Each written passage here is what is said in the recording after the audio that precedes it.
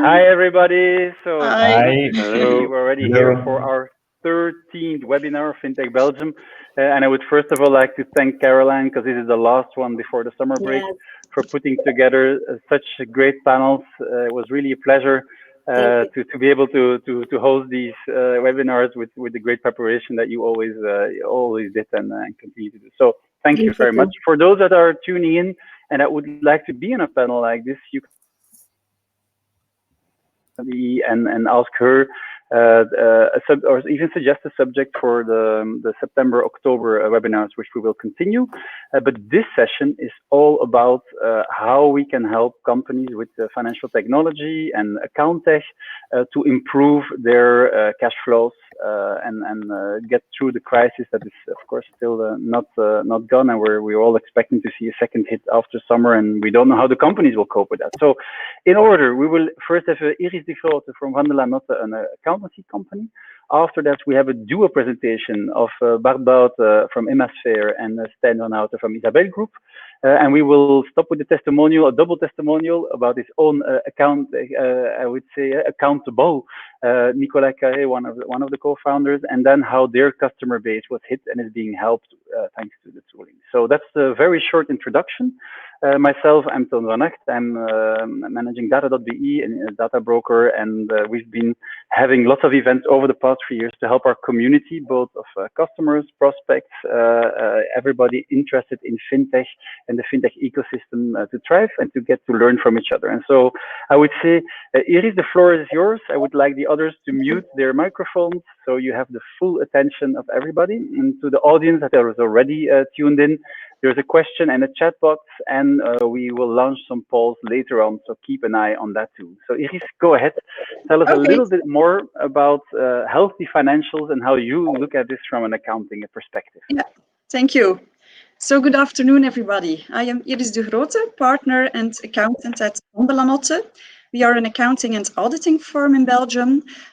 Me, myself, I have more than 20 years of experience in advising clients on financial and fiscal matters. And in recent years, I have mainly focused on management reporting and digitalization.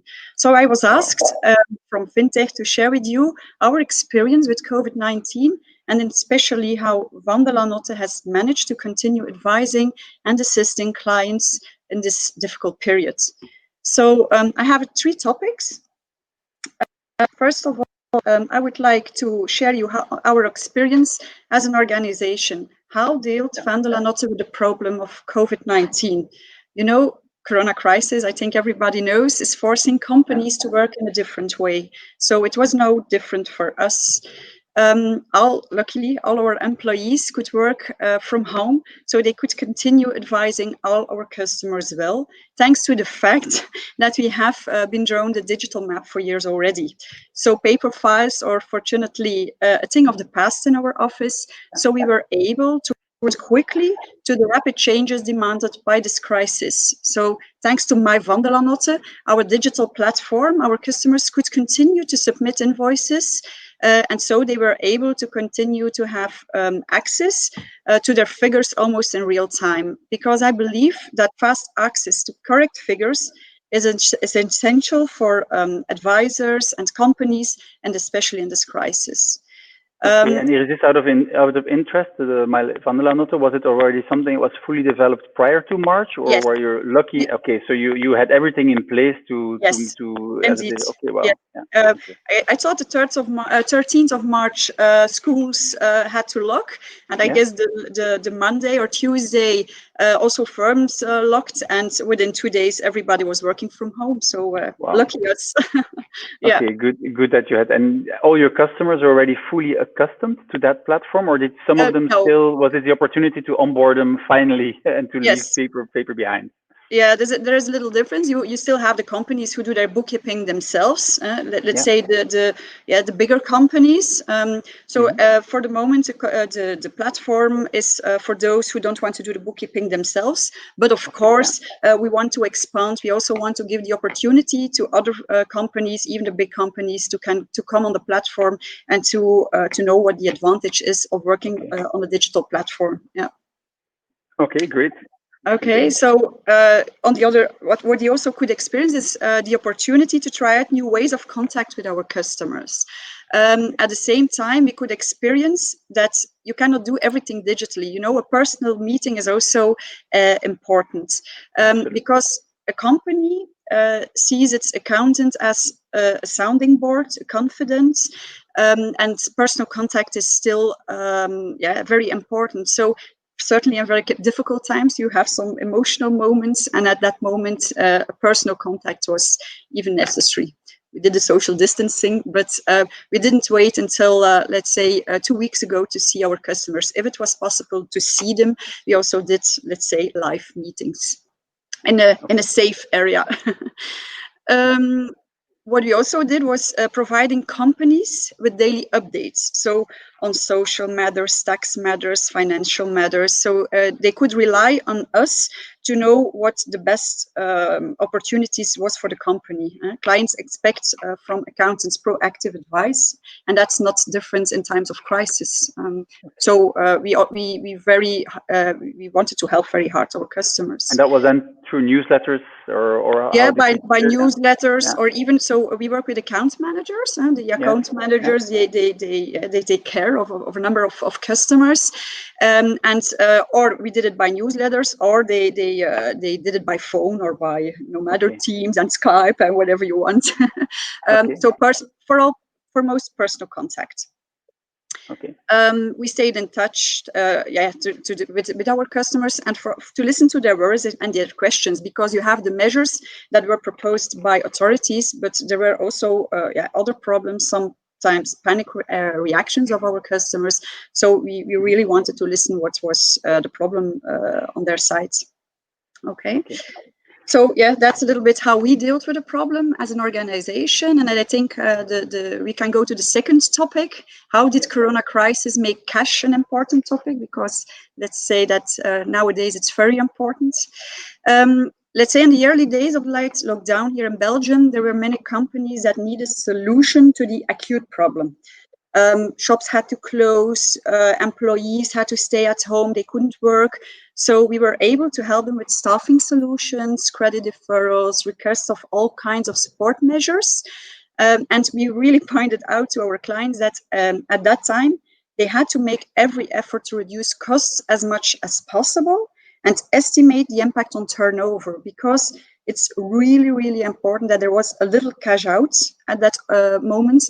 So if there was a little cash out, they had to be sure that there wouldn't become any problem in the months left, or who are now here.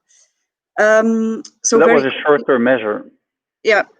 And how do you cope with it? Because there's been a lot of critique of, like, if all the companies stop paying their suppliers, they start borrowing from their suppliers in a certain way. It's a snowball effect. Yes. How do you think we could have done more against that negative effect of all companies holding back their payments that were due?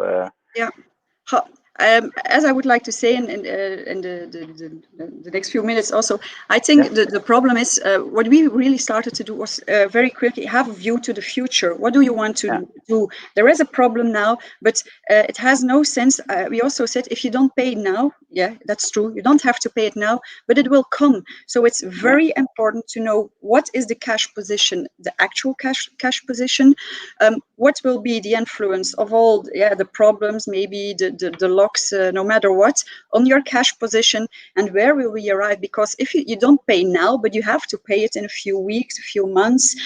So we have really very quickly said to our customers, and also here in the company, look to the future, because that's the most important thing. Okay, there is a problem. In the first weeks we had a problem, and we had to, let's say, no worry, we will find a solution. But very quickly you had to look to the future to know what the problem is, and to help them by making budgets and so on. Okay, so that's the right or the good answer. Well, it's a combination of many things. You had to point I suppose you had to show many of your customers how to get financing to pay those due invoices they had to pay themselves. So it's a combination of many measures, of course, to avoid everything comes to a standstill, because nobody is paying their suppliers anymore. No.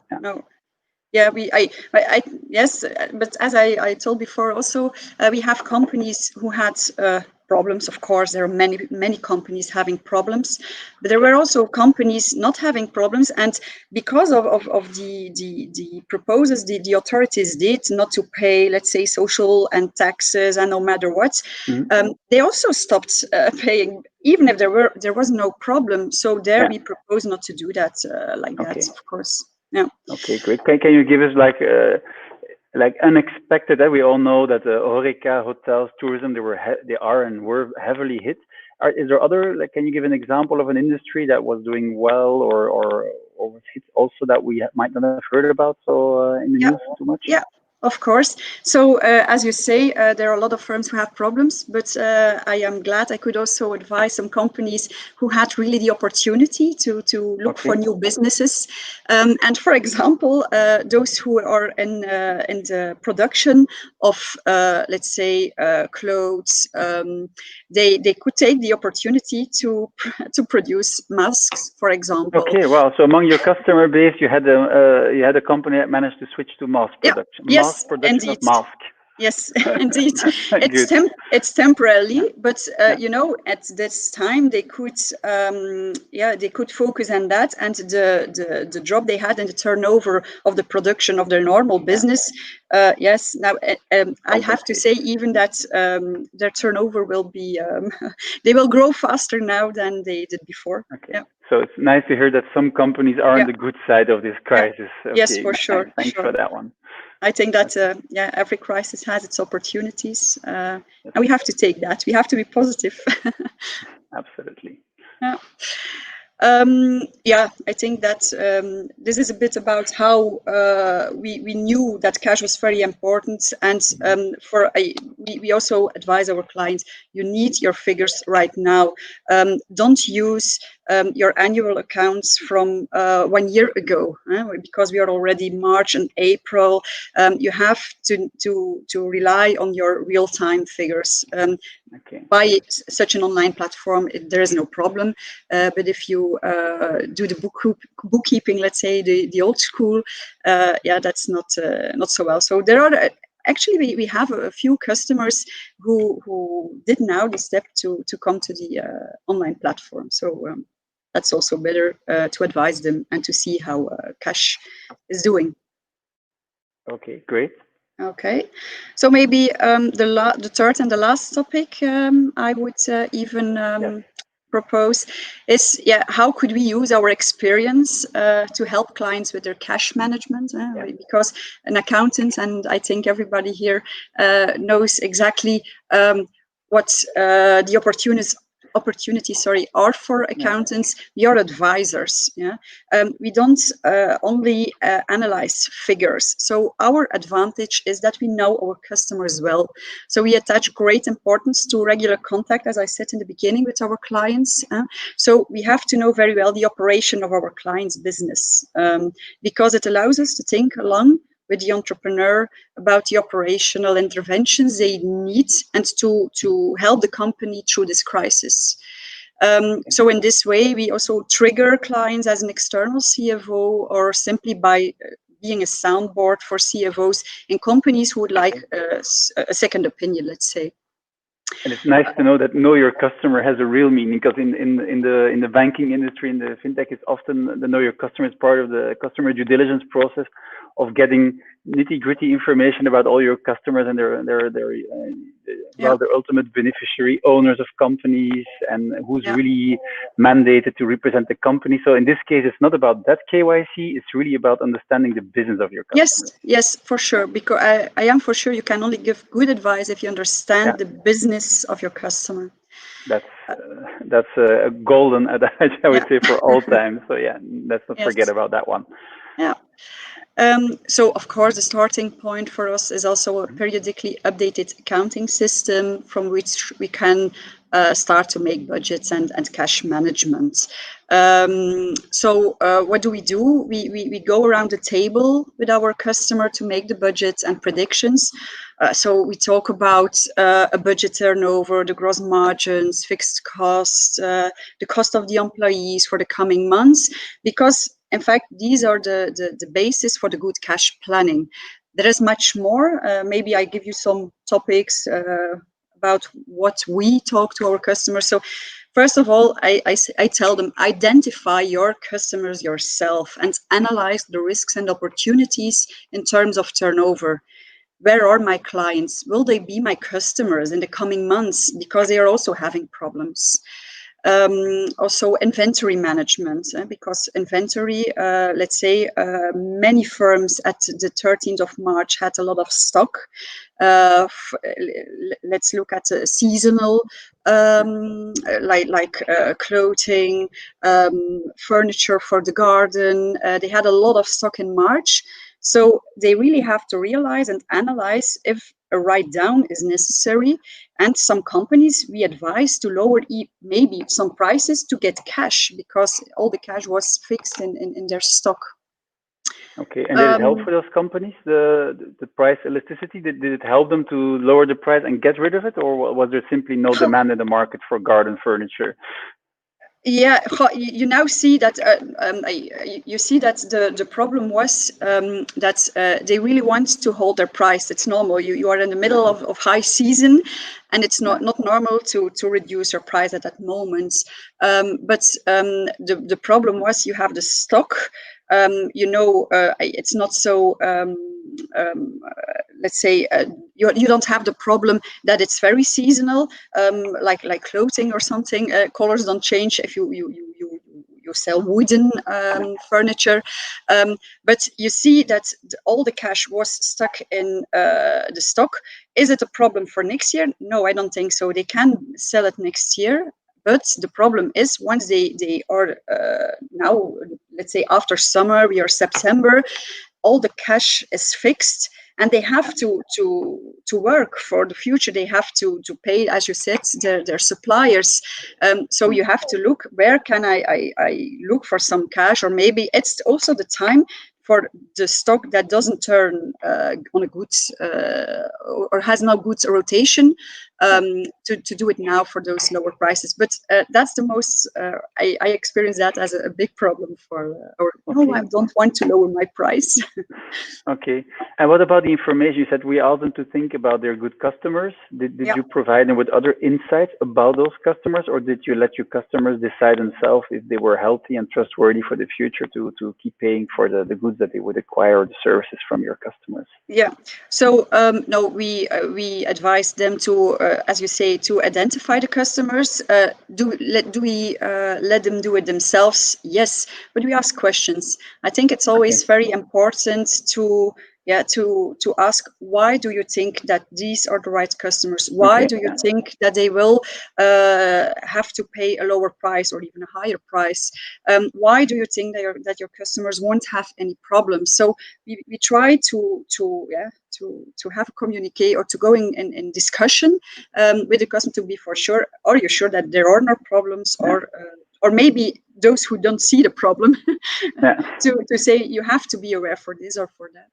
Okay, and do you feel that your smaller customers are able to read a balance sheet or annual accounts from their customers, or is this something where you help them with, or what's your feeling about that?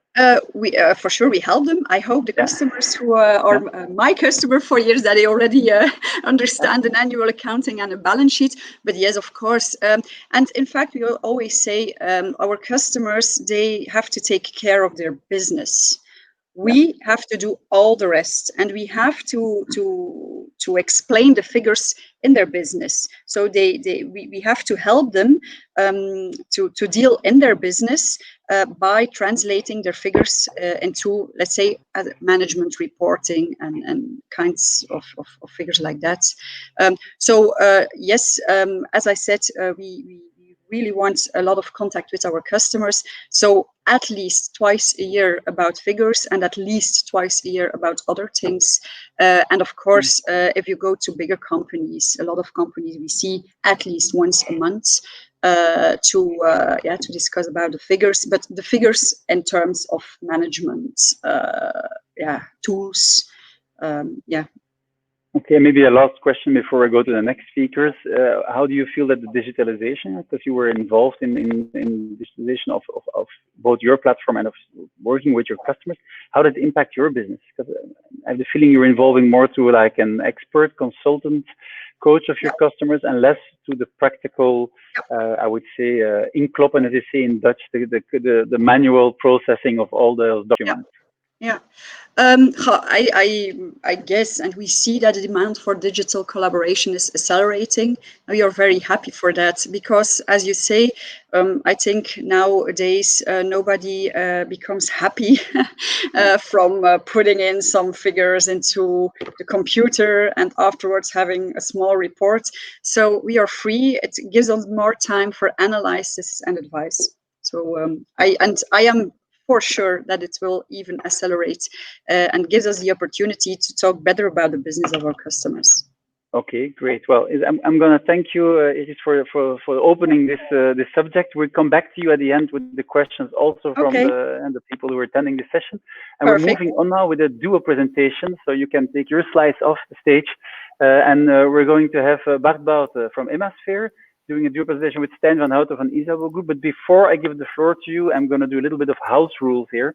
Because we have two attendees, Thomas Lambert, not to mention him from Think, and Jean-Gabriel from Banking SDK, who found out a really guerrilla marketing way to tap into our audience without paying to be on stage. So very smart for you guys. But if you do this, you actually have just confirmed that you will be one of the paying partners of an upcoming webinar. So if you do not delete your marketing, you are up there as a speaker for one of the next times. Yeah, just that you know, this is our revenue model too, and we have the speakers, we want to give them the spotlights now. So I would say Hemasphere and Isabel Group, go ahead. And to the others, well tried, but we see you on one of the future events where you can pitch your products. Go ahead, thank you, Toon. Good. Thank you. I hope that you see my screen in the meantime. Yes. Yes, all right, perfect. Also from my side, good afternoon, everybody.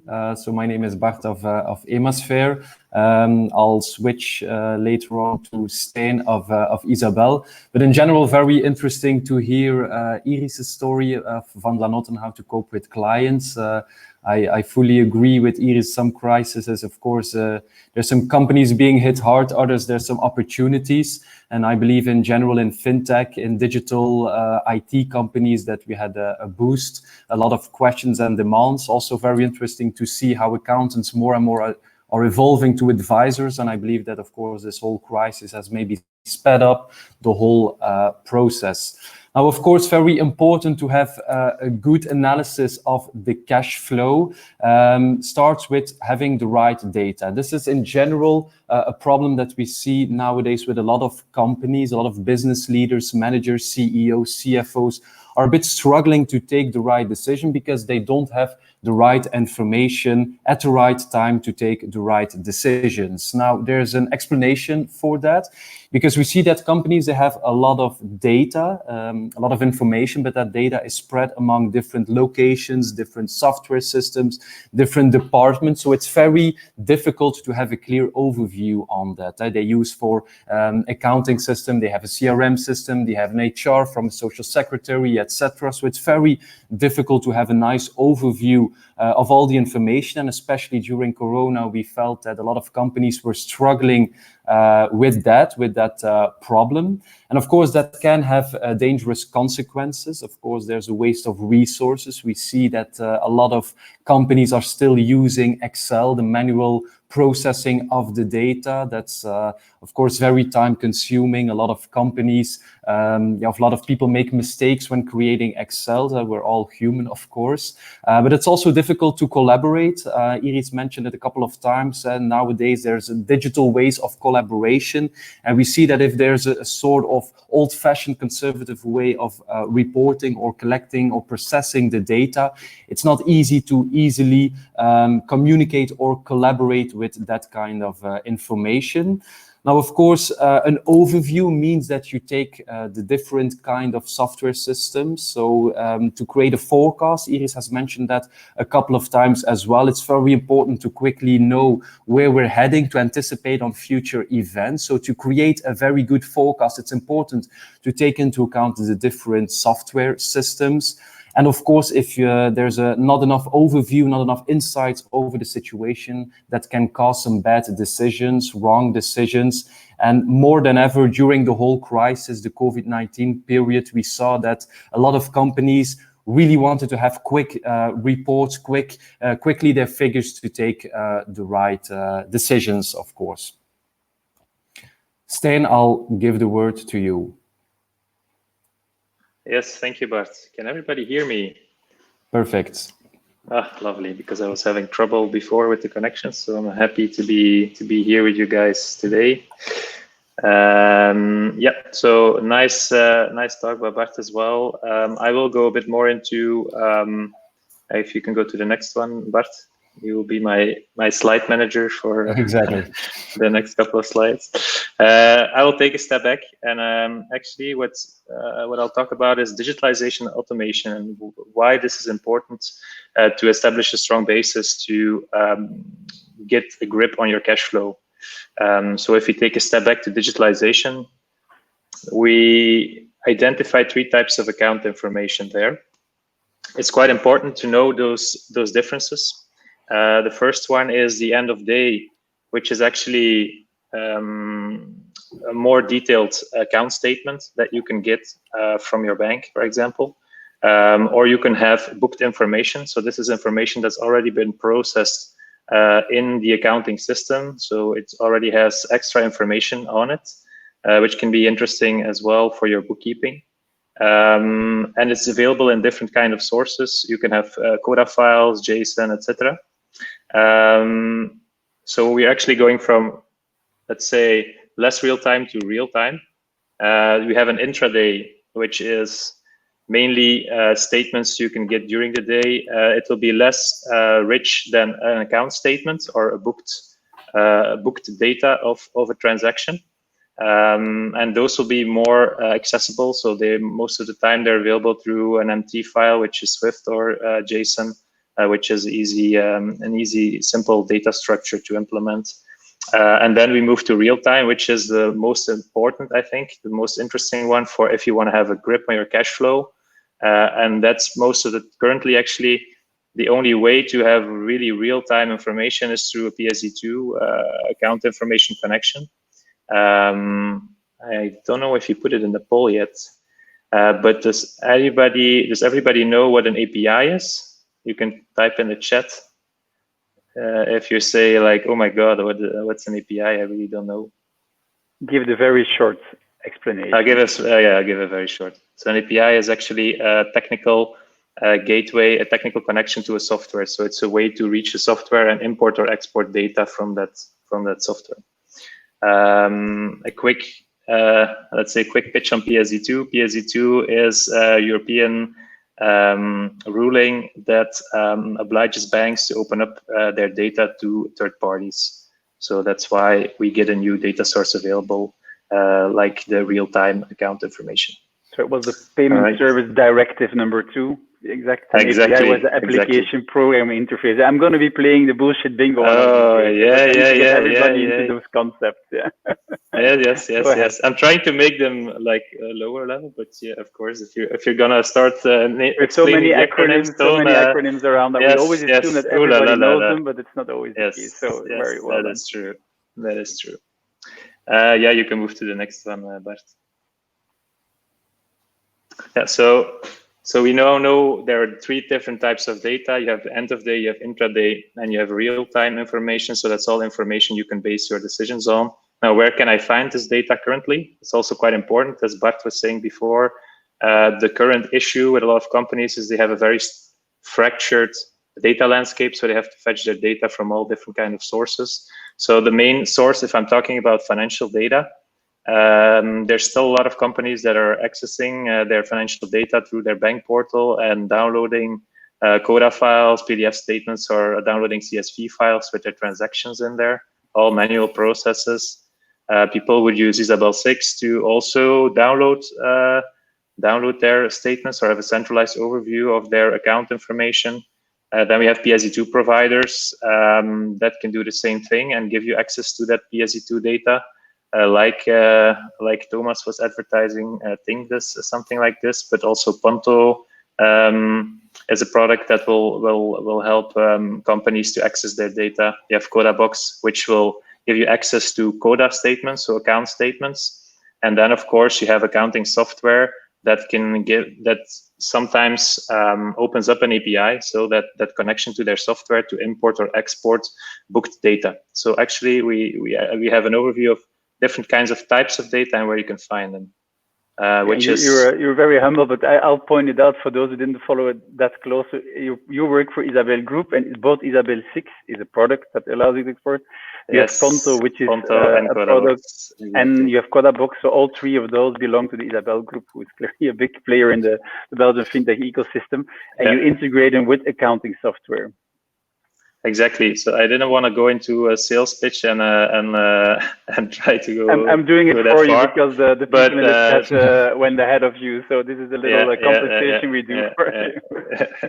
Okay. But actually, if I wouldn't do a sales pitch, they're actually the Isabel products will be mainly the only ones in Belgium that will give you access to this type of data, even if I would not sell it. It's the reality. So, for example, if I'm a company, I don't have a PSD2 license, because normally you have to be registered at the national bank to get real-time data directly from a bank. You can use Ponto, for example. That's the only provider now that I know of in Belgium that will give you access to that real-time data as a company, for example. Okay. And then, of course, you have account statements. So it's all different types of data you can get. What I would recommend, of course, well, it's always a trade-off. So you can have richer data, but it will be less up to date, or you can have, let's say, lighter data, which can be real time. So it's always a trade-off you have to make there for your cash flow reporting as well. But you can go to the next one. Yeah. So we talked about digitalization. So imagine as a company, I have my access to my digital data. So now I can get my digital account information, but it's still not optimized. So you have a lot of companies that are still doing manual import exports, and they should move to automation. Why? Because first of all, it's going to save you time on your manual work. You don't have to do the import exports anymore. Second of all, you're not dependent on a human anymore. If the person is on holiday that has to do the imports or exports towards for example, cash forecasting program as Hemisphere, then Hemisphere is not getting the data. So I mean it's quite important. And third of all, a big one as well, which is often underestimated, is security risks of people sending the data to the wrong person. There are files going everywhere, so you have people that have to manage those things, and we know people are quite error prone, more than machines, I would say. So those are things you can all avoid if you're starting to automate the collection of that data.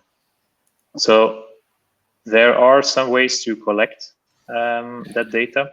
So either you can go through an API connection, so a real connection to your accounting system, and fetch that data automatically from your accounting system. Then you're fetching automatically booked data. So this is data that's already been processed by the accountant. So you will have rich data, but it will be less real time. But at least it's an automatic connection, so you can get that data flowing into your cash forecasting program, for example, or a known software you're using to you could use an Excel, for example, and import that data and see what's going on. That's also possible.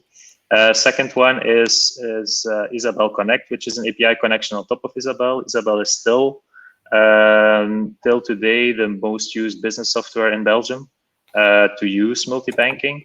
So the Isabel Connect allows you to extract that data and import it automatically into, for example, Hemisphere. We have a connection with Hemisphere or another cash forecasting program to push that data automatically to that software. So you don't need manual interactions anymore there, which will also save you a lot of time. And the last one is also a very interesting one. That's the real-time connection. So there you could, for example, leverage on a PSD2 connection, for example, with Ponto, to link your bank account data to a software. And then, of course, you have the final choice. Is your company tech savvy enough to create an integration itself, to integrate their own bank accounts into their own systems? Or do you have a third-party application that already built an integration with one of the three options that I mentioned before? So, of course, most companies will go for the second one, of course. So we're actively building around that ecosystem to make sure that companies can take control of their own finances and make sure that they can automatically share their financial data, either booked statements or account statements or real-time data, into their accounting software or into their cash forecasting software in this case. Okay, great. We can go to the next one. Yeah, then I just have one. I thought it was kind of cool. Maybe I'm geeking out, but it's kind of cool. So companies are not always that tech savvy. So we actually built an integration, something fun to try and experiment. It's an integration with Zapier, and Zapier is an if this then that for companies, which means that I don't have to be technical. I have a user interface, and I can just drag and drop elements and say, if I have a new transaction that's coming in, then I want to send it to my Excel file, for example. You don't have to code, you just drag and drop, and you can combine flows.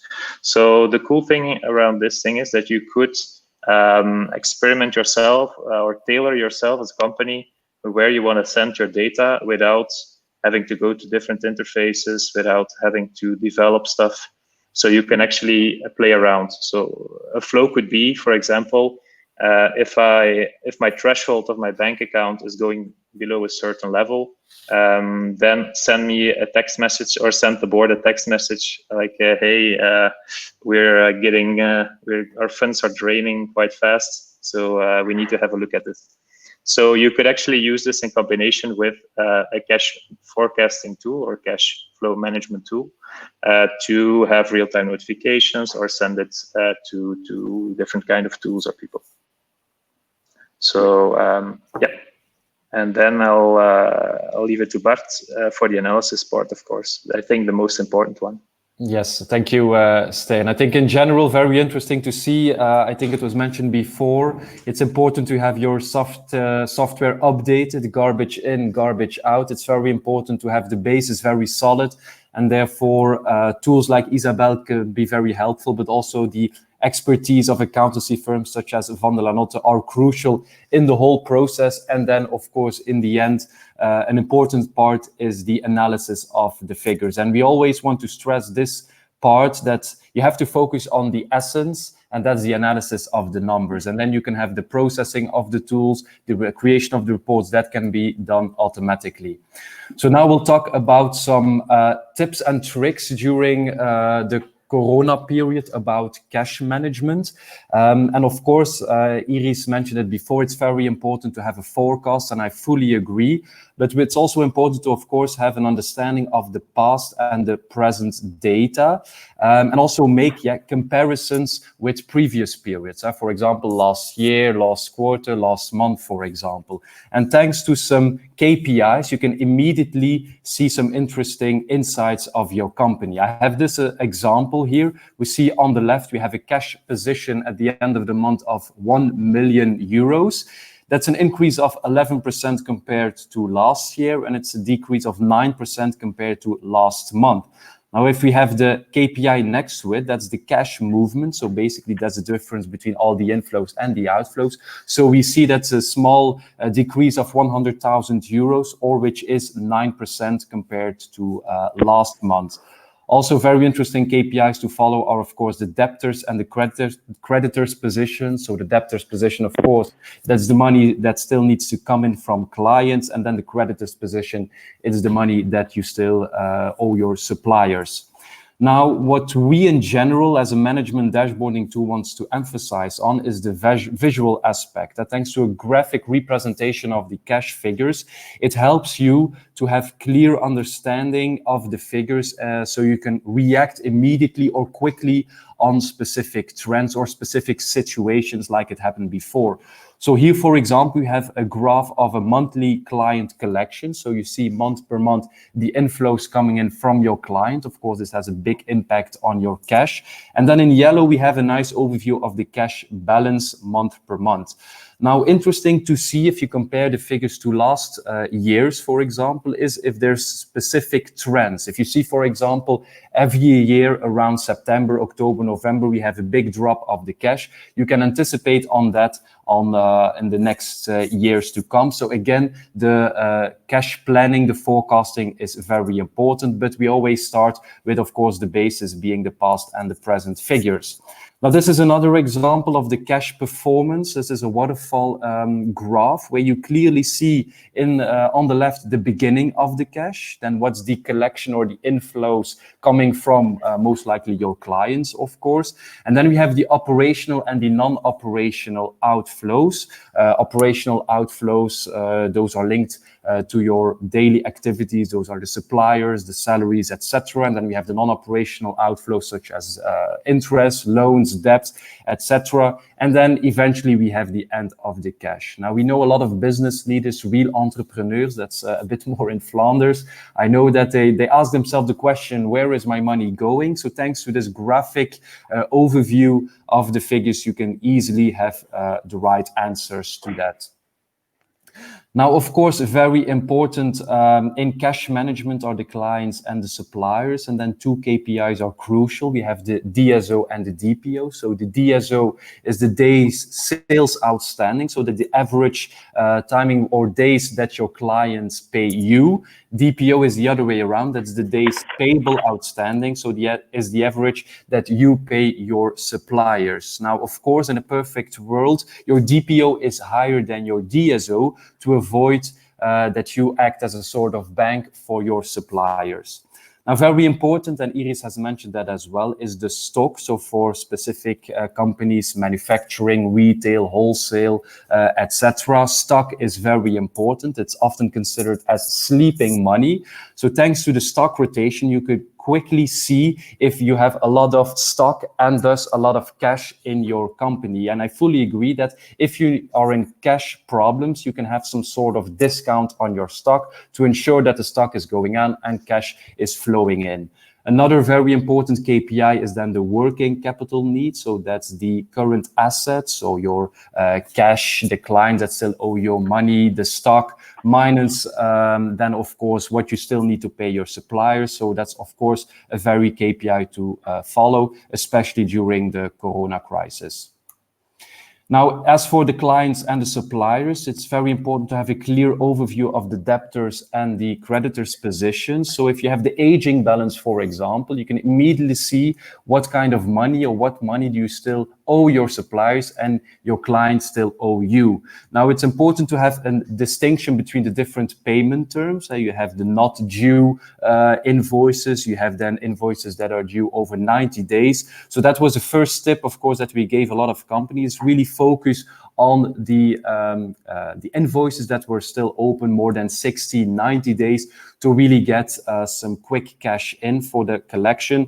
And on the other hand, of course, for the suppliers, it could be interesting that you negotiate with your suppliers about some specific conditions. Now, here we also gave the advice to make a list of your strategic suppliers and the less essential suppliers. Of course, the main focus should be on your most essential suppliers so that you, of course, you don't jeopardize your daily activities and your supply chain. But it's very interesting to make a distinction between your essential strategic suppliers and less essential suppliers so you can make some cost savings and maybe negotiate some reductions. And we also saw in general that a lot of companies that immediately picked up the phone, called their clients, called their suppliers, that in the end, this also enhances the relationship and the collaboration you have with your clients and suppliers, because by being very open towards each other, that helps a lot. And then, of course, it increases the relationship. And I think in general, during in this whole crisis situation, is if everybody steps in a little bit, then the sooner we'll get out of it, of course. Now, this is also something Iris has mentioned, a real focus on the purchases and the costs. So an in-depth cost analysis is important, but also the purchases. So in general, the purchases, that's the 60 account in your profit and loss. So everything that's above your gross margin. So we have the cost of sales. And of course, it's very important to make a monthly analysis, a monthly evolution of your cost of sales. Here we have an example. So you see here the 70 account, that's the revenue, and then we have the 60 account, the purchases. And we see, for example, here immediately in September, there's a big increase. It's almost 4 million euros of cost of sales, of purchases. So maybe that has a logic explanation, but it's very important to immediately focus on what happened there. So thanks to such a solution, you immediately have the figure, you can get advice from your business expert and really can come up with a solution. Next to that, of course, the in-depth cost analysis. This is a bit the same principle. So you have a monthly evolution of your different costs. You have the fixed costs, you have the overheads, you have the salaries, etc. And we also gave the advice to turn your fixed cost as much as possible into variable cost. A nice example is rent. Of course, most companies couldn't enter their buildings, their offices. So then it could be an idea to negotiate with the lenders about maybe a reduction, about an extra payment term, for example, to, of course, make sure that you don't come in a cash deficit and can focus on an optimized cost analysis. And of course, very important is thinking ahead, thinking about the future, what's coming in the next weeks, the next months, the next quarter, the next years even. And how do you create a good cash forecast? Of course, it starts with a P&L forecast. And this is what Iris has said before. It's very important to immediately take into account a decrease of your revenue, where we had companies that had 20% less revenue, others even had 70 or 80% less revenue. I was in contact with a transport company, and it was really from day one to another going to zero. So of course, it has a huge impact on your business. So it's very important to create a P&L forecast where you also take into account the cost optimization that you could do. And then you take your latest balance sheet, you combine the two, and you can make a nice cash flow forecast. Now here we also gave the advice to make different scenarios, different situations, such as a best case and a worst case, where you can really go into detail, client per client, supplier per supplier, invoice per invoice, because you can also add what if situations. For example, the average DSO is 60 days. What's the impact on my business, on my cash, if I reduce that to, for example, 30 days, or the other way around, my DPO is 60 days. What if I add 30 days and have more time to pay my suppliers? What's immediately, bottom line, the impact on my whole cash situation? But you can go even more into detail. For example, we all have some clients where they don't really respect the payments term. For this client, the payment term is 60 days, but I know in practice it will be 120 days. Then it's perfectly feasible to really have different scenarios next to each other. And then you have the actual cash position, the best case, the worst case, and you can easily react to that. And then you also see, if I take a specific decision, a specific action, is it working? Is it not working? If it's not working, okay, what can we do? So that's really focusing on the analysis and really taking actions and decisions. Now, as Stijn mentioned, of course, we have tools like Isabel. So there's an integration thanks to their API between Isabel and Emasphere, where we also take all the cash data. So we have the accounting data where we have more, for example, a monthly closure. So then you have a monthly update on your cash. But especially during the whole Corona crisis, we saw that a lot of companies wanted to have daily updates about their cash position. So here we have a daily update of all banks, of all payments into the solution. So this is an example of the evolution of your daily cash. But you also have a daily update of all your in and the outflows. So of course that creates your KPI operational cash flow. So I mentioned that before, a very important KPI. If operational cash flow is always in danger or negative, means that you have big strategic problems, of course, with your business, that maybe the sales is not good, the margins are too low, etc. So thanks to such a daily update, you can easily see what's your operational cash flow, what's the inflows, the outflows, etc. And also, we know a lot of companies are working with different banks. So of course, thanks to such a solution, you can have a multi-banking optimization. You can rearrange some money so you can avoid some banking costs. So those were some tips that we saw into practice where we wanted to help a lot of companies. I believe that especially the expertise from accountants can be very helpful. That's also a general tip that I'd like to give in.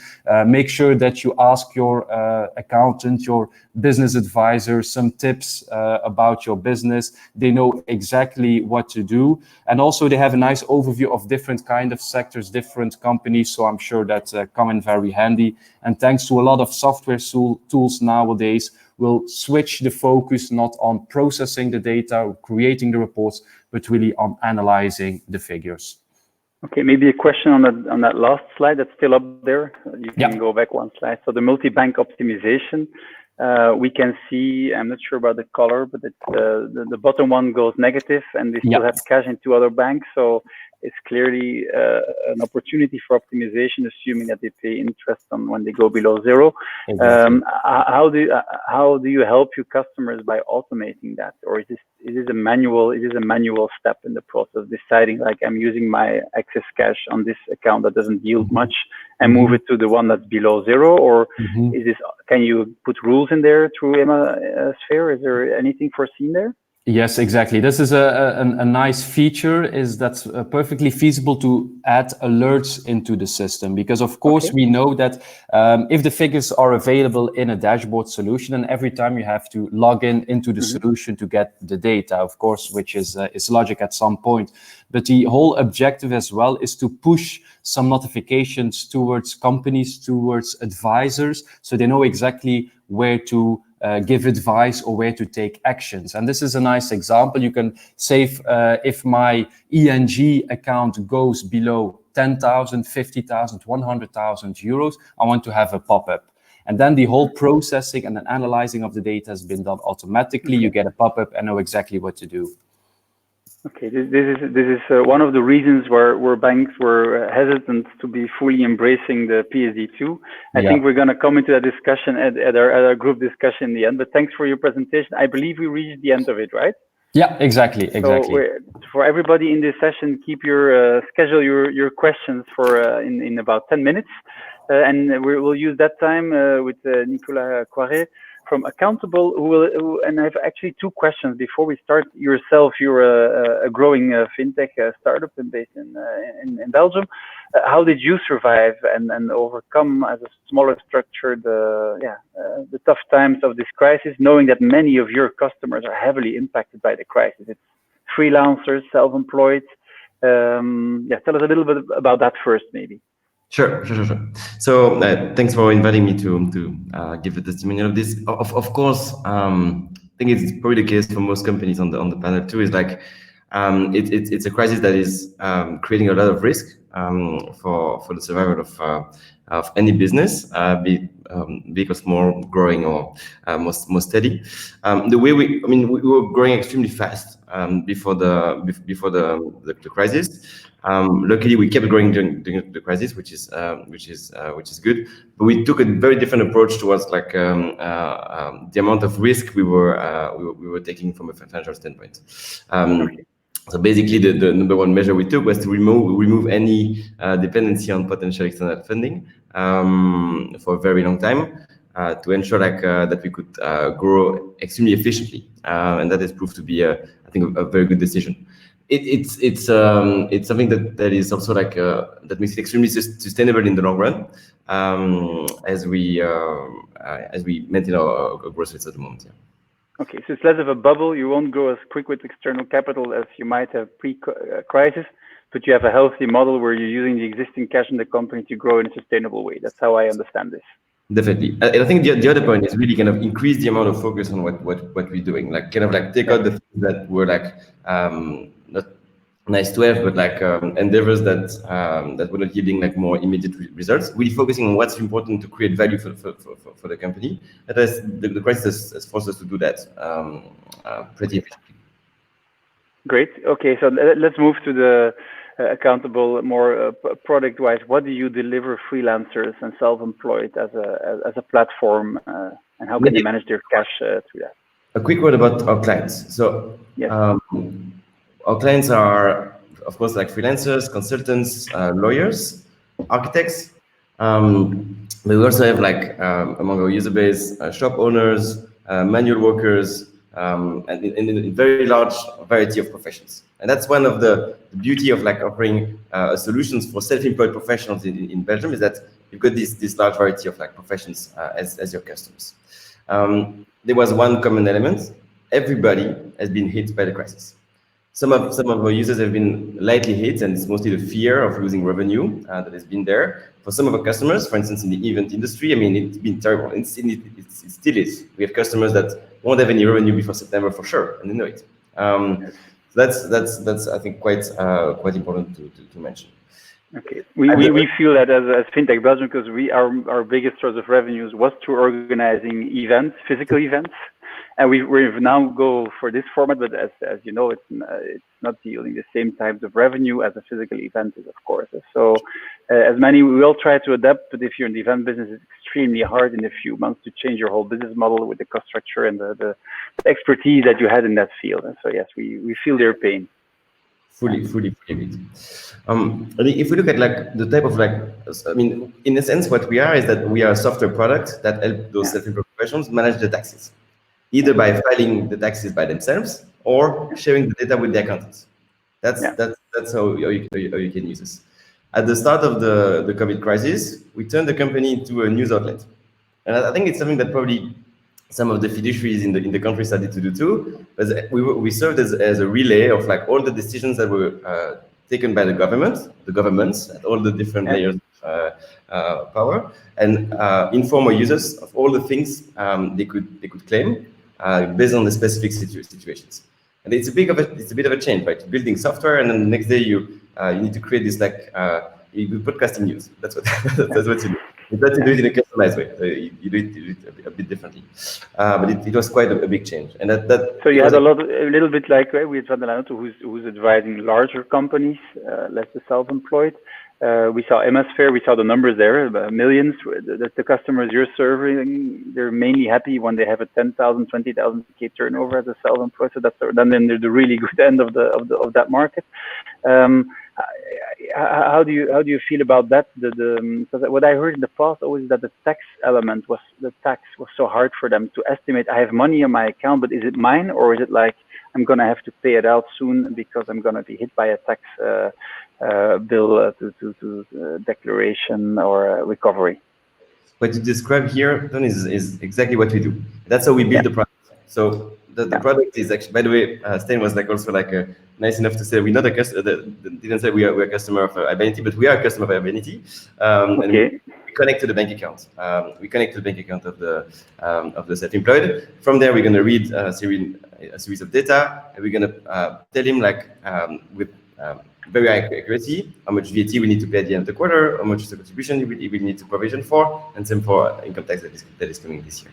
So we create this view on what we call like the cash available for the self-employed, and it's a very simple measure.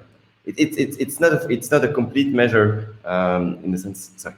It's something that is extremely simple and that is extremely important for the self-employed to make day-to-day decisions around the investment that he needs to make without having to kind of bother his accountant, ask for like an extra consultation. He can do it straight from his phone. It's extremely simple. Okay. Great. Thanks for that explanation. Please, move on. What else do you want to share with us about how you help? Can you tell us a practical story of somebody you've been doing podcasts? I'm sure you had interactive feedback on that too. Can you give us some examples of how Accountable helped people through the crisis? Definitely. So short term, we talked a bit about like the need for sharing information. We did very quickly a survey to understand like what was the impact of the perceived impact of the crisis on the self-employed population. We got like more than 2,000 answers without having like sharing it like maybe to talk some numbers here. How many users are there on the platform today, and how many customers? If you can share that, or we would like to share, but we have above 5,000 customers. Above 5,000 customers. Wow, that's impressive.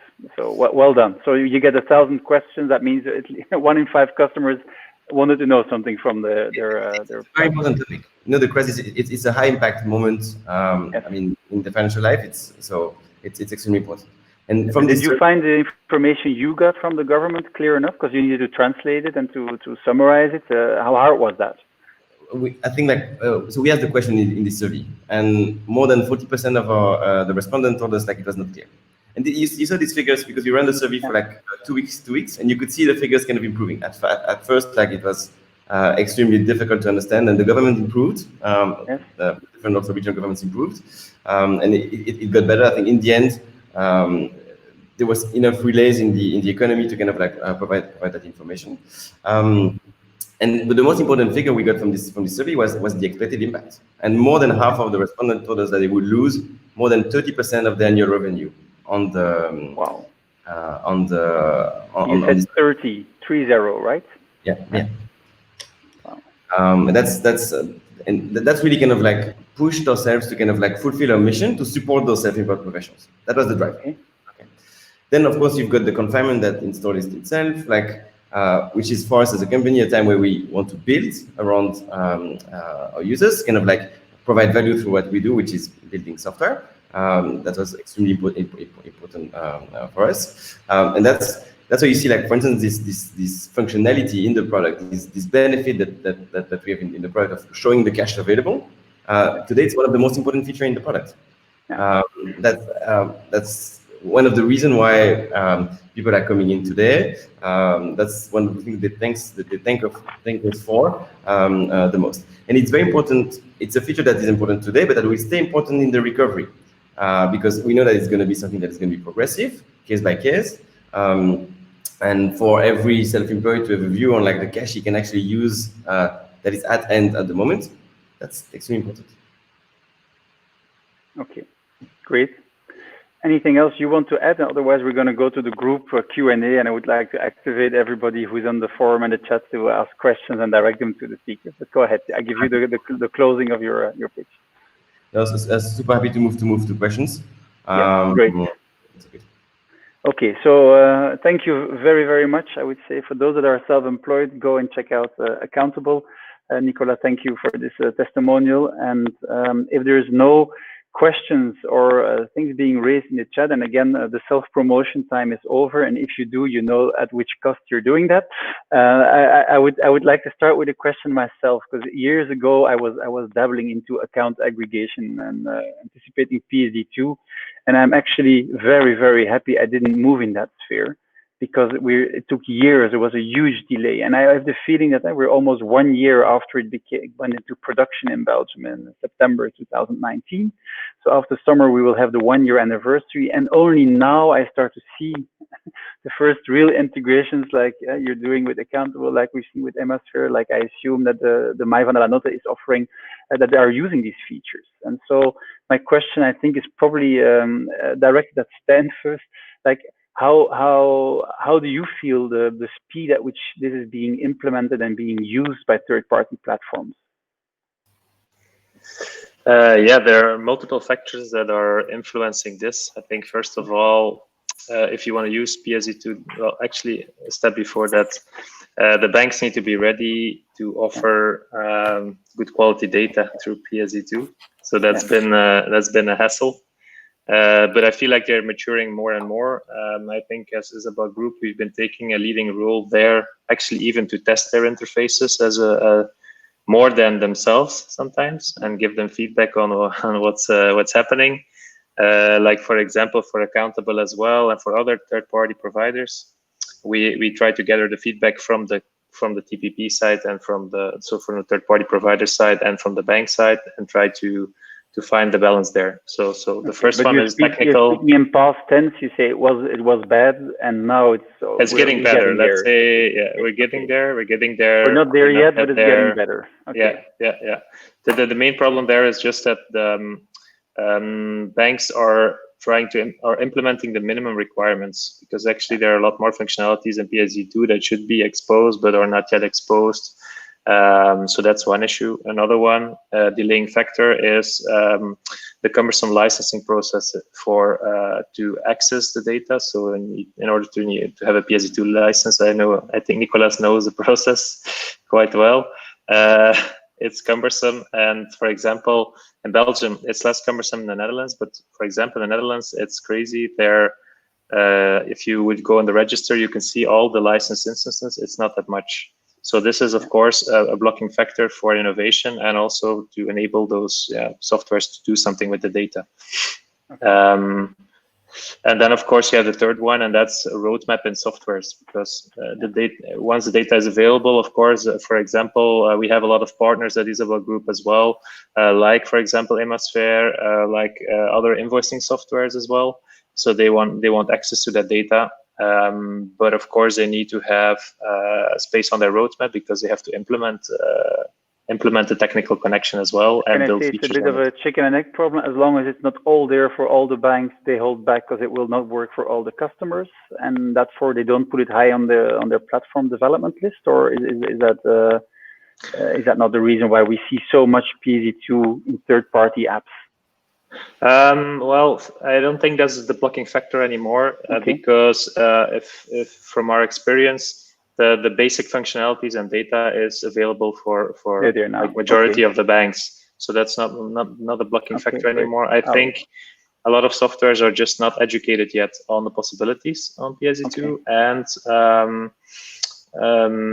there's just roadmap because when I talk to softwares, the first thing they say is I have to check. We have so many features and we have to decide. So I think prioritization on their side is also a blocking factor. I'll move the question on to Nicolas now. How you open it actually? How long did it take you? If you can give us an estimate, is it a matter of one full-time equivalent team member working for 1 week, 1 month to get the file together, to get your license, to be allowed to get the data of your customers? Can you share that with us? Sure. I'll be a bit more contrasted than Stijn. Yes. I think the National Bank is doing an okay job at trying to educate the market, making sure that not everybody gets the license, because of course there are a lot of responsibilities attached to managing the data that is collected that way. It's not impossible, but it's not easy, and it should. I don't think it should really be easy. Of course, it's more like a position on the market. Yes. It took us. I think we were the first startup to receive the license. Some bigger groups did before us. But we were the first young company to actually get one. It took us roughly a year with sufficient amount of effort from the founders, a bit of legal support. But I think definitely it's really how you manage the process, right? If you manage to put the right attention, get the right support, it can end up not being extremely expensive in terms of time and cash investment. So you also paid for the learning curve, being the first to probably do it for everybody involved there, I guess. Potentially, I'm talking to a lot of people on the market and share a bit of experience, because we think even though we're competing on that market, the more players there are, the better the APIs, the more compelled the banks are, and it's important for the ecosystem. Okay, great. Iris, I'm going to pass the question on to you, and I would like to know if my Vandelanotte, the platform, to which extent you integrate the accounting data with the financial statements. So are you using Coda box type of things? Or is it so? And you're still being muted, so you're going to have to unmute, otherwise we can't hear. Sorry. Yeah, there we go. Okay. So can you tell us a little bit about what type of integrations you have and what you're looking at? Yes, of course, we are using Codabox, and it gives us also the opportunity to use Soda and no matter what. So it gives us also the possibility to use PEPAL and no matter what. So we are looking forward, if I hear you need some time to create tools, I would say I'm looking forward to have PSD2. So for us, it's really important to have really fast data because we need that data to give good advice to our customers. So we hope we are not a software a company, so we have to rely a little bit on you who are creating the tools, let's say, for us. And I'm for sure that the companies need us for the advice. So I hope some softwares, if I look to PSD2, I hope it won't take so much time anymore to use it. But yes, we use Codabox. It's good, but it can go faster. Okay, but so you confirm there is business value and demand from your customers to have more real-time data? Yes, please. Okay, good. Okay, thanks. Well, that's reassuring to know. Stan, you're muted, so we see that you're trying to add something on top of that, but go ahead. Okay. Yeah. What are the main use cases you see around the real-time data, Iris? The problems, the chances maybe we see as if we do the bookkeeping ourselves, there's no problem. Okay, no problem.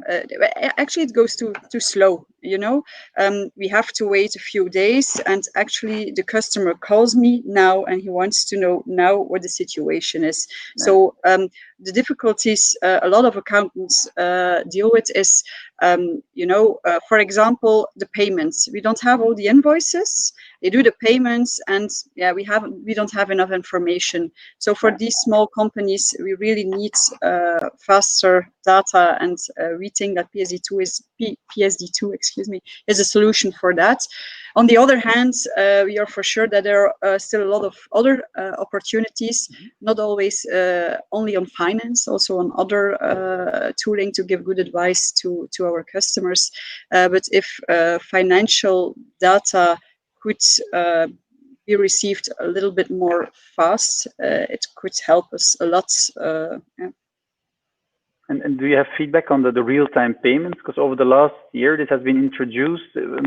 Banks have communicated not unilaterally on it, but it is happening. I mean, I notice it. The money goes around faster than it used to. I'm waiting 1 or 2 days at least between Belgian parties.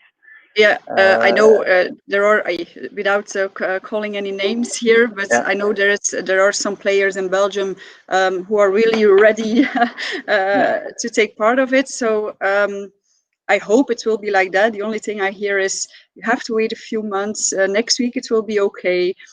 We will see. I don't know. So there too, there's some delay, but strong customer demand to get it rolled out over all the banks. Okay. I hope it will be there soon. Same question to you, Bart. The PSD2, and what was the effort for you to integrate this, and what do you customers say as the next need that they have remaining when it comes to getting real-time data? When it comes to PSD2, that's more the part before Emasphere. Of course, there's integrations with tools such as Isabel, Ponto, Codebex, etc., and then we can connect to the accounting system or other systems. But it's true that we see a big evolution of the past, let's say, 18 months, where companies, and I think Iris knows this better than me, they expect that everything is real time. But they forget that sometimes, you have tools that can process automatically some kind of data, but sometimes you still need a human input or a sort of checkup of the data before you can start analyzing. And in general, I think that's you have the tools on the one hand, but you also have the sort of the attitude and the human aspect that plays with it. So it's difficult to see because you have companies that are very conservative and work in a very old-fashioned way. And then you have, on the other hand, companies that expect everything real time, wants a smartphone app, everything digitalized. And I think in general, for software providers, it's difficult to reach the whole mass. Because, of course, from a sales point of view, you focus on the early adopters and the companies that are more digital, but that's just a small part. You have a big mass of companies that are still taking steps towards that kind of reporting, processing, etc. And it takes, I can speak for myself, it takes more time than I expected, to be fair, because it's a major change of attitude and just the mentality. That's why I said I'm happy as a startup entrepreneur not to have gone full in there without external funding, because it took years longer than in my worst nightmares it would have taken. So it's been slower than most of us in this sphere would have expected. So it's good to see that you made the bet and that you find the right partners to integrate with everybody onto the PSD2 solutions. Okay, that's great to see. I would invite the people that remain in this session to do ask a question to the chat or the question tab. If not, I'm going to keep asking the questions, but it's supposed to be more interactive than just the host. So we really like the interaction in the last few sessions. So I know it's the last Friday before many of you leave on holidays, but maybe see if you have anything that you want to know from our speakers. This is the moment to ask it, speakers or your competitors even. So that's otherwise, while I'm waiting for somebody from the audience to tune in, I will go back to you, Nicola.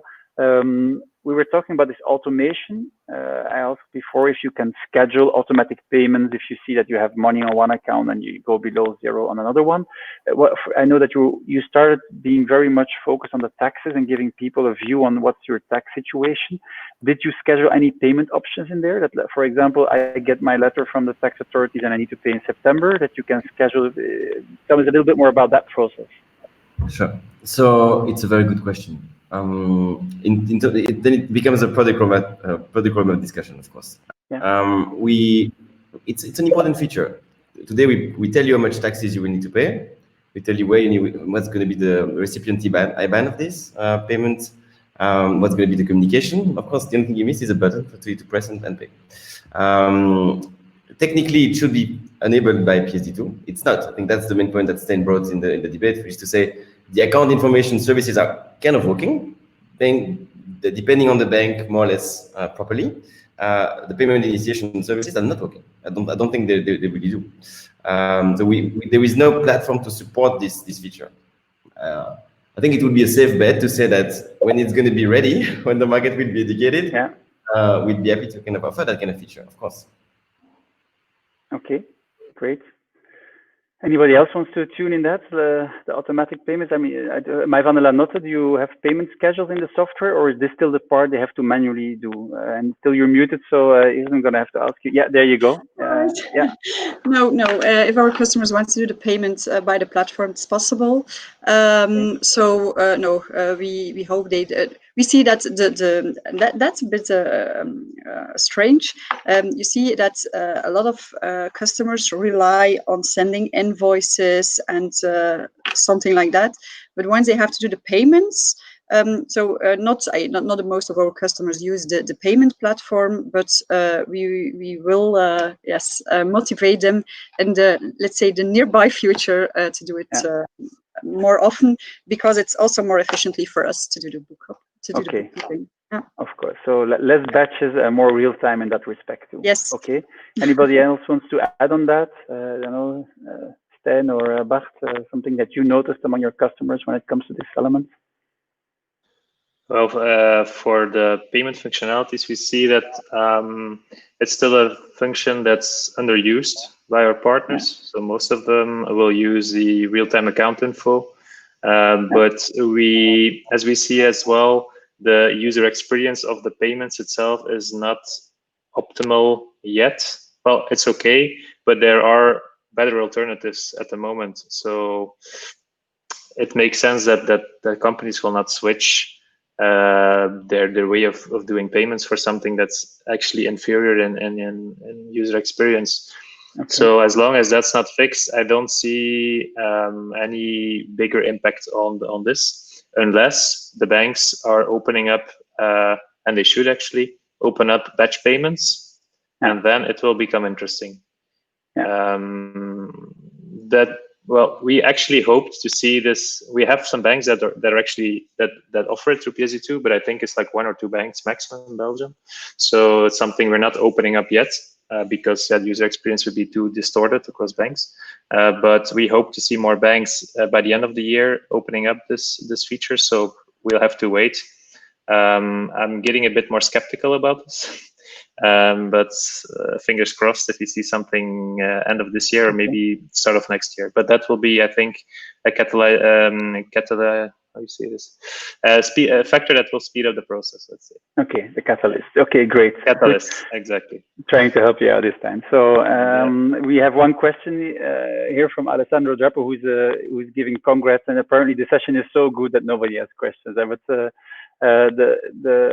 he says, I wouldn't like to activate automatic payments, so automated payments. So again, the reluctance of some people to see their money go because it was maybe a good idea at some point and not anymore is indeed, some people are reluctant about that. Is this something you also felt, Nicola, with the self-employed and the freelancers in your platform? Yeah, we don't think it's the main problem. There are plenty of solutions to pay invoices. Getting paid is a different one, and I think Alessandro is a key part in that system. But paying invoices, I mean, you look at what Belfius released. It released like 1 or 2 weeks ago. You scan your invoice, the wiring appears. It's a beautiful solution. The QR code is everywhere, and the payment buttons are everywhere now. But it becomes very scattered, because if one invoice is a QR code and the other one is a link, and for another one I need to go to some box in some platform and log in, and it becomes cumbersome again. So there's definitely a market for somebody who glues that all together. And in order to avoid that, we had PSD2 with payment initiation. So yeah, it will be interesting to see, I think, after summer. So also with an eye on the clock, we've been going on for 1 hour and almost 20 minutes now, so we are going to close. I would like to give each of you like the 30-second closure statement of what you think would be a good thing for people to do during the summer holidays when it comes to organizing their accounting, their finances, their financial technology, or something that you learned recently that you want to share. So I will do ladies last, and I'll give the gentlemen. So I'm going to start with you, Stan. You can start by giving your 30-second wrap up of this session. It's an oval format. Go ahead, wing it. All right. Well, if you would have to spend your time in the summer and you have some spare time, then I would advise you to go on Zapier, find Ponto, and play around with all the different kinds of scenarios on how you can connect your financial data and make your workflows more productive. Okay, so have fun with your financial data on the beach with Zapier. Yes, very good. Thanks for the next call to action. Okay, Nicola, we're going to move on with you. What should your customers do this summer? Of course, enjoy the time if they can. That's the number one thing. If they think the process is not optimized, the summer is a great time to reflect on how to make things faster, better, whether they want to work with their content or by themselves. And they can obviously try us. It's the app is for free, and we'd be happy to guide them through the process. Yeah. Okay. Very good. Good call to action too. So Bart, tell us what's your advice or wrap up? Well, I'll follow Nicola, because maybe it's the time to take some time for investments in digitalization, and quite a coincidence, because just before this webinar I saw a message of the CEO of Belfius that said that if people are not investing in digitalization, so companies of course, then they don't get any money from us. So you see that's maybe the whole corona will speed up the whole digitalization process. There was a famous already, I would say, meme about that with what was the strongest driver for digital? All these workshops we've had in the digital officers and the transformation agencies and so on, or COVID-19 was clearly the one that came out higher in all organizations recently. Okay, good. That's nice to know too. Iris, you get the final word here. Thank you. So before you go to the beach, I would advise you to invest in a digital platform, digital bookkeeping, no matter what. Once you are on the beach, at that moment you can measure, you can make predictions, you should look to the future, and I hope they will go for digitalization after summer, and we have the data so we can advise our customers well. Very nice word. And don't forget the sunscreen for those who are in there. I'll let you all figure out what the digital equivalent of that would be, but cybersecurity probably comes to mind first. So big thanks to everybody for this great session. It's closing our first half of the year, I would say. We'll be back after summer. Share us your feedback and suggest subjects. Caroline is the person to go to in our organization to do that. And we look forward to seeing everybody again. So waving off here, we have a short survey. Follow the link. It's on there on top of your screen. And again, a big thanks to everybody. Enjoy summer and take care, and see you back in September. Bye-bye. Thank you. Bye-bye. Bye. Bye.